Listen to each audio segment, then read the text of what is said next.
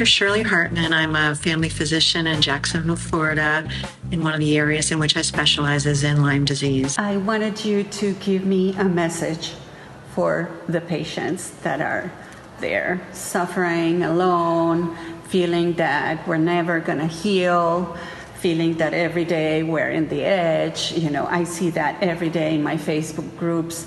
I have 5,000 friends from Finland, South Africa, United States, Mexico, everybody thinking there's no cure, there's no way we're gonna get out of this.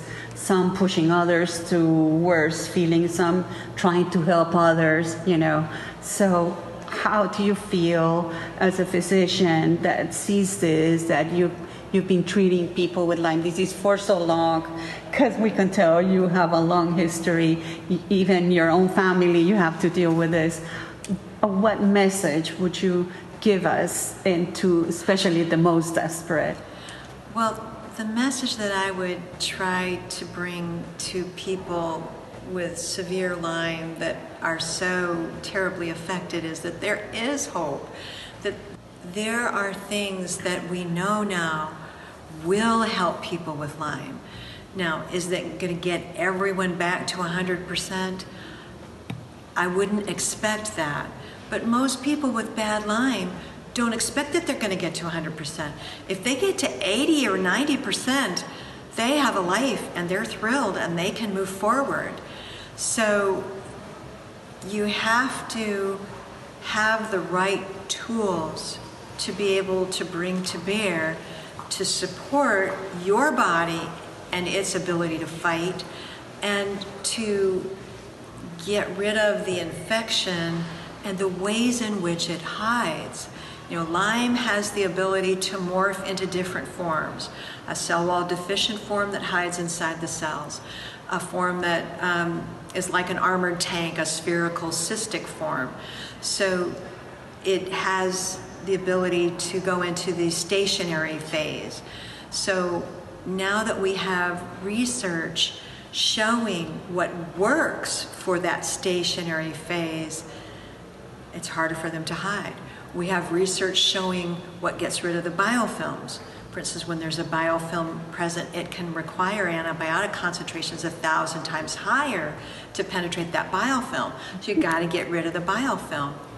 You have to treat other comorbid conditions so that if someone has mold, high viral loads, if they have mast cell activation, if they have POTS, postural orthostatic tachycardia syndrome, if they have candida, you know, those things have to be addressed.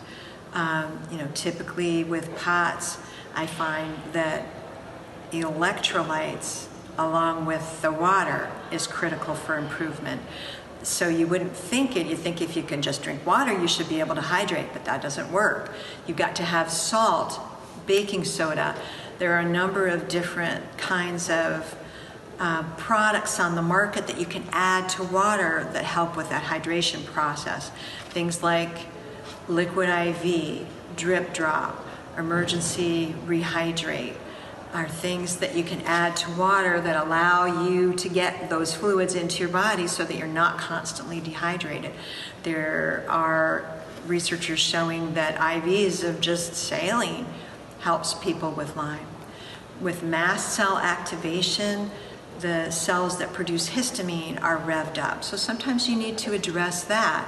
When people have blotchy rashes and blood pressure that drops, the mast cell activation commonly is seen along with the POTS.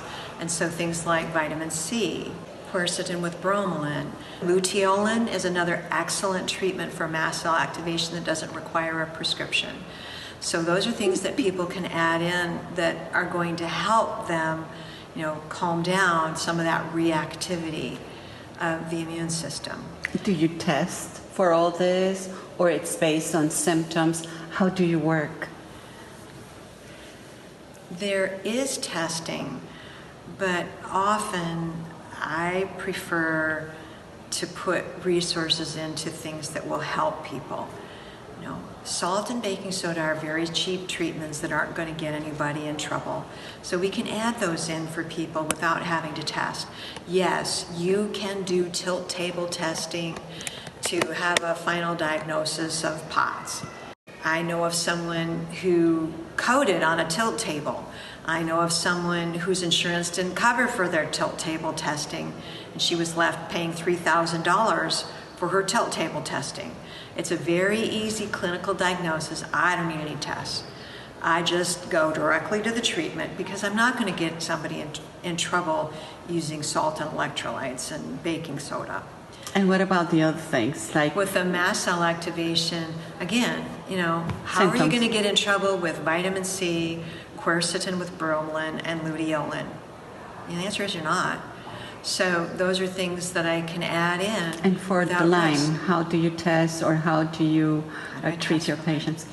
So I generally like to at least get a Lyme Western blot from Quest or LabCorp so that at least I can show that there is some evidence that speaks to the likelihood of a tick-borne infection. But you go more clinically. I go more clinically. I use the Horowitz screening questionnaire. If someone has a very high Horowitz screening questionnaire, even if they don't have bands on their Western blot, I will treat and then I will retest. And oftentimes people will flip new bands because now they don't have that immune suppression was keeping them from forming antibodies to Lyme. Oftentimes if it looks like a duck and it quacks like a duck and it walks like a duck, it's a duck. It's perfectly okay to treat it like a duck. I don't have to test it to death. I don't always have to spend thousands of dollars in Lyme testing to be able to tell that this person does have Lyme.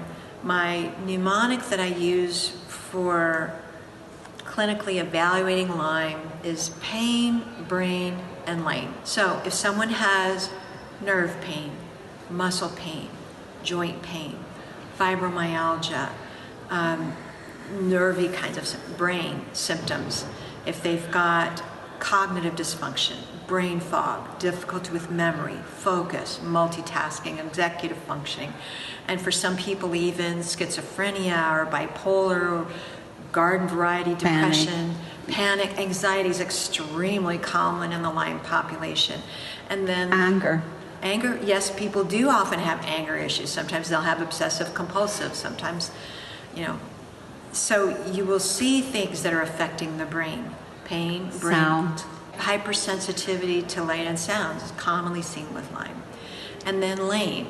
So there you talk about chronic fatigue syndrome, fibromyalgia, lupus, MS, rheumatoid arthritis. And sometimes people physically are lame because they're having joint problems and difficulty with motor functioning. Even things like ALS, Lou Gehrig's disease, Parkinson's, and Alzheimer's can have Lyme as the underlying cause. So if a person has pain, brain, and lame, I'm looking for Lyme. Now, not everybody's going to have Lyme, but you can at least look for it. And with a gentle, supportive approach, it's hard to get people in trouble. They just feel better with that kind of an approach, even if they don't have Lyme. Of course. So I do. Diet too? We are what we eat. It's important to look at the inputs into a body. And if somebody is eating hamburger, Coke, and French fries, they cannot expect that their body is going to respond as it should. That is not what our bodies are designed to operate on. We're designed to operate on lots of vegetables, a moderate amount of fruits, lean proteins, and a minimum of good carbohydrates. Now that's not white rice and white bread. It's not things that are loaded with toxins like glyphosate. It's not things that are grown traditionally. I like to stick to organic as much as possible because then you're going to get a better nutrient density and you're going to avoid a lot of the pesticides and herbicides that get people into trouble. I mean, it's commonly used to put glyphosate on crops before they're harvested to improve the yield and to reduce the foliage so that it doesn't gum up the combines. But then you've got glyphosate in the food supply, and that's not a healthy thing, especially if people are already ill. And for mold and Mold is what a do you do? common problem, especially here in Florida. Nice. Very hot and humid. So it's important to address mold problems if there's a suspicion that that can be going on. I mean, my favorite prescription medicine for mold problems is itraconazole, but it's also important to get... Itraconazole? Itraconazole is an antifungal. But if someone isn't seeing a physician that's cognizant of the treatment of mold, you can add in glutathione. And again, my favorite glutathione is from the company Boardroom Organics. Far and away the least expensive glutathione, pure, no other additives in with it to have reactions to. And then some kind of a binder. So for mold we use cholestyramine, that's a prescription, but bentonite, activated charcoal, modified citrus pectin can be used, and it will also bind. Probiotics, Lactobacillus, Rhamnosus, Plantarum, actually will break down mycotoxins or mold toxins. So that's a helpful thing with the treatment of mold. And then one of my favorite products that's over the counter is Candida Support from Now, which you can obtain from lots of different suppliers. So it contains oil of oregano, paw d'arco, caprylic acid. So that's very effective for knocking out mold and mycotoxins. Products like Concrobium can be obtained from Home Depot, or even if you're careful about the use of bleach. Bleach is an excellent treatment for areas that have mold, and it's certainly cheap. You just have to be careful because a lot of people that have asthma can have reactions to And how to bleach. use it.